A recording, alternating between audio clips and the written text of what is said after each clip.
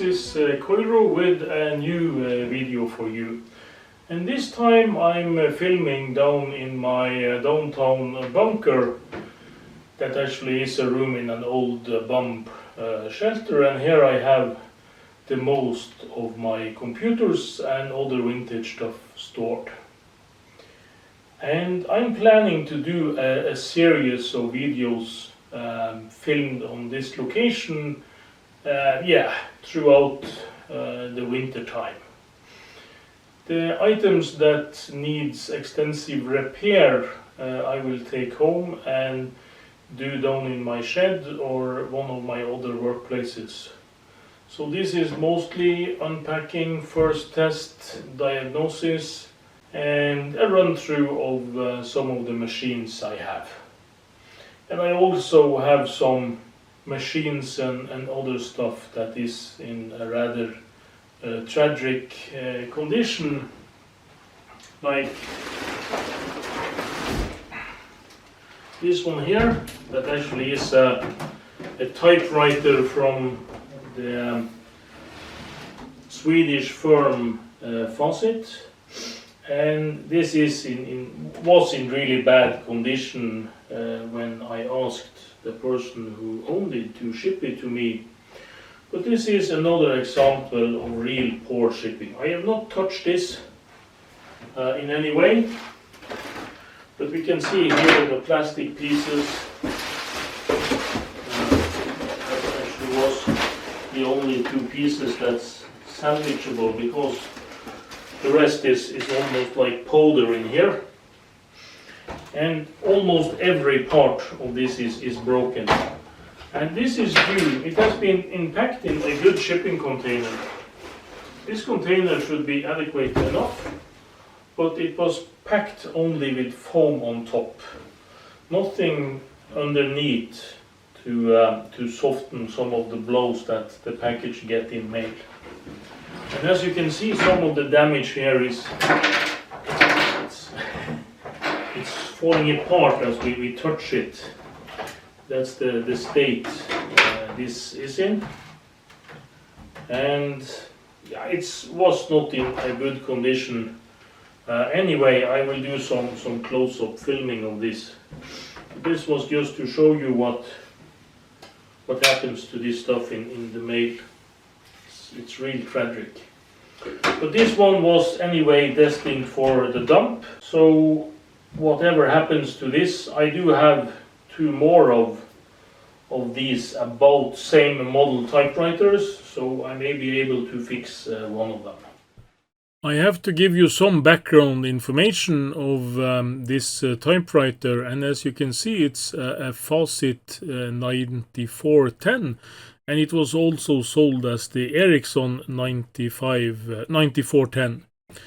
And Facit was at the time a subsidiary of Ericsson, so that's why they shared the models on this. And the keyboard is really nice on these units, and it's strikingly similar to the Siemens keys that's used on the Tandberg and Norsk Data computers back in the 80s and early 90s. And it has a very good feel to it, and as you can see on this keyboard, you can see some of the state that this machine actually was in with the dust and where this machine has been stored. And this machine was made in Sweden, and as you can see, the Made in Sweden badge did nothing to strengthen the chassis of this unit, so it's nothing Volvo strong about the collision test of these units. But the two-line display, I think it's 80 characters, and the interface socket here tells us that this was a rather late area typewriter or an expensive unit on the middle age of the electronic typewriter area.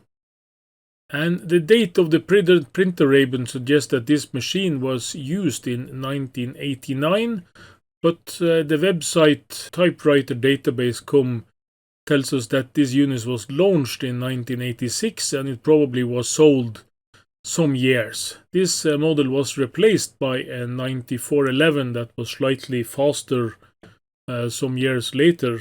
I don't know the exact year this happened. And ribbon for this unit is still available both as new on-shelf original Facit tapes and as newer OM units.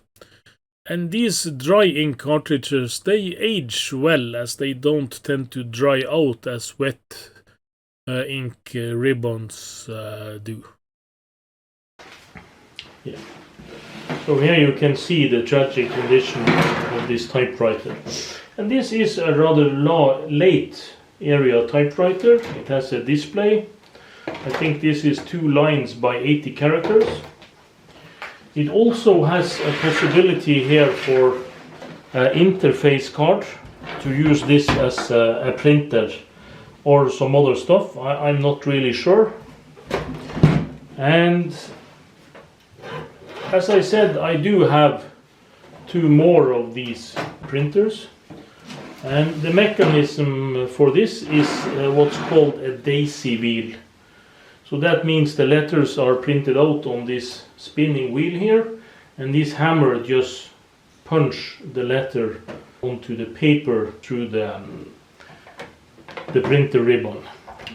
And this one has a rather large printer ribbon, and as you can see, it's the one that staples out the printings. So this is not wet ink, it's a dry ink ribbon.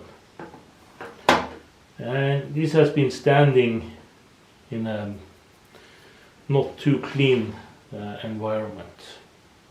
Yeah, I think this is it for this short introduction video of me filming down here in the bunker. And this is actually the smaller of the 3 rooms I have down here, and this was mostly empty. I only have some recent purchases and some stuff that I have just been sorting through to make some repairs. So I have some old monochrome monitors, I have some old laptops, and some other stuff that absolutely not in working condition. The exception is my Commodore PC 330 that's in excellent condition. And also this Amiga 2000 that stays over here, it's been repaired by my friend Tommy down on Arctic Retro. Yeah, the same with this Commodore 1200 HD. It's been repaired, but I have not been able to look into the floppy drive issue with this yet. So you will be seeing some more episodes filmed down here. So I will get back to you shortly on that. So thanks for watching. Hope to see you again in the next episode. Please hit subscribe if you want to be notified when we post new videos.